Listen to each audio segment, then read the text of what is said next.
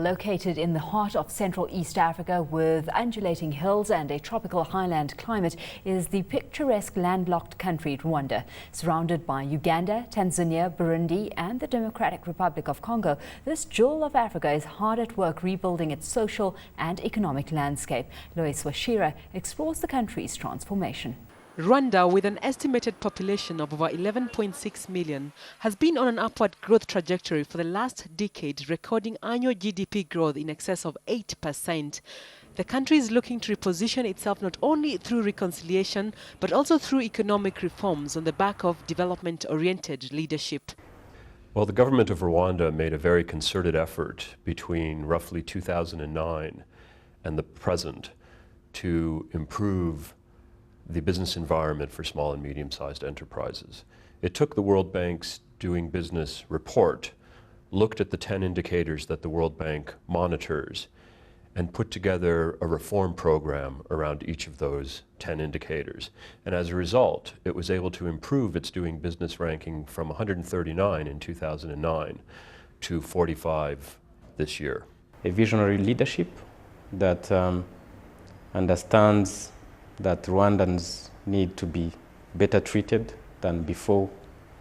A leadership that understands that the development of this country can only be driven by a number of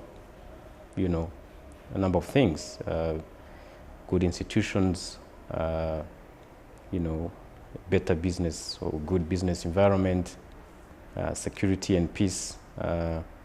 And all that certainly make this country what it is today, all that make this country a good destination for many investors, because we have good institutions in place, we have peace, we have security, but most importantly, we have been reforming a number of areas that now are very attractive to many investors from many countries.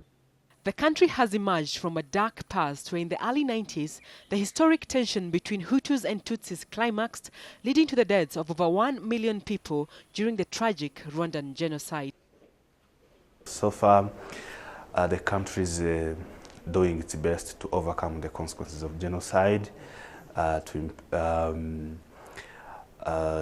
implement policy of unity and reconciliation, to raise awareness about genocide. We have a National Commission Against Genocide that is there to raise that awareness about genocide. There is a law which was voted for, promulgated to sanction each and everyone who can bring back those divisive ideas and so on. So the country is moving forward to a better future. Like a phoenix rising from the ashes, Rwanda has started to cast off the darkness from its past. The Rwandese, on the other hand, are already witnessing the growth and development across most sectors. As a Rwandese, I've seen many changes since the end of genocide. In terms of education, the number of children who go to school is increasing.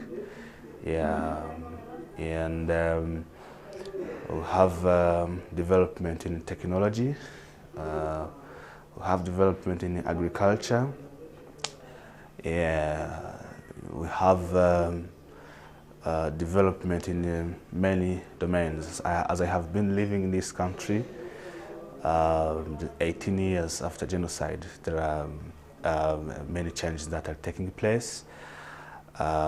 Socio-economic changes. From where we see Rwanda is coming from, there is a great development. All these things you are seeing were not there before. But in a few years only, you can see the buildings, you can see the roads, everything is going on, and people are happy to see things changing in their countries. So we are happy to see the hope of people and the unity of people in Rwanda. We haven't the division people. we are one. The country's reforms in administration of public resources have been instrumental in getting both the public and private sectors to work towards achievement of the development goals. Our approach to public financial management is that Rwanda should be a company, right? We manage Rwanda like, the CEO of Coca-Cola should be managing Coca-Cola. I don't think you'll hear of a scandal of Coca-Cola, not knowing where their money goes or their money being embezzled because it's so dear to their profit. Now, our bottom line is growth and poverty reduction. That's our profit. Now, there's no way you can manage the company, Rwanda Corporation, as we call it, if you don't look at your bottom line. And your bottom line means you need to be able to account for every dollar, every Rwandan franc spent.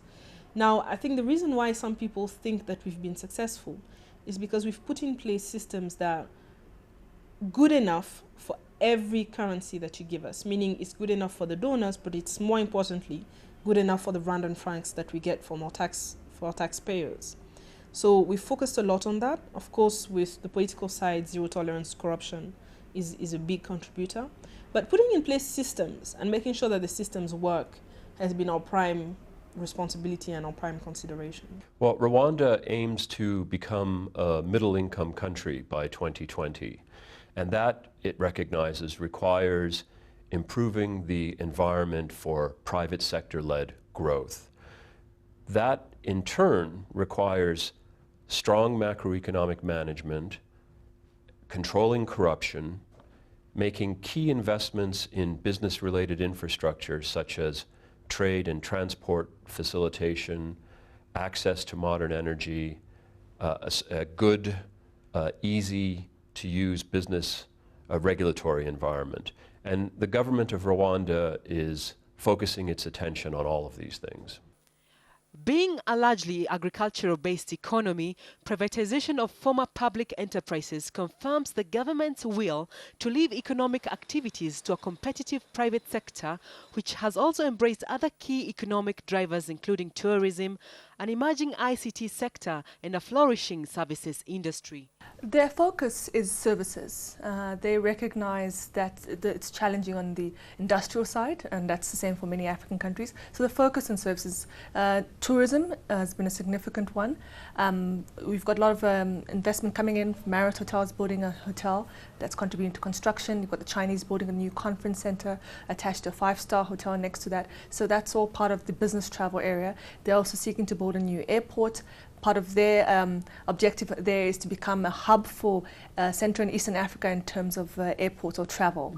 That has helped them. Banks as well. Financial services has grown particularly strongly over the past couple of years, partly due to incoming of foreign banks. We've got KCB of Kenya, Axis Bank of Nigeria, and we did mention the IPO of the Bank of Kigali that's invited some foreign investment. So that supported that sector. For the past 5 years, we've had very high growth in agriculture, which has also led to high poverty reduction. If you look at our growth, it's been very pro-poor, but that is where agriculture contributes greatly to poverty reduction. So high growth in agriculture, but also very high growth in services. Services has been growing at almost double digit for the past 5 years as well. So banking, finance, warehousing, telecommunication, any service you can imagine, which is currently about 44% of share of our GDP, has been growing very well. And of course, if you look around in the industries, there's been a construction boom for the past 18 years. And that is also a very big factor in terms of GDP growth. As the East African community embraces the effect of Rwanda's contribution, its governance and reform structures will not only help uplift the state, but will also add support in raising Africa's profile. I always say, Rwanda is one of those countries that's heavily polarized. But what I know is everybody who comes here at least gets to fall in love with it. So I guess we can just encourage people not to read only what they see in newspapers, but also to come and experience for themselves. And I think for Kenyans, it's really nearby. It's a 30 minutes flight. So people should come and just experience it.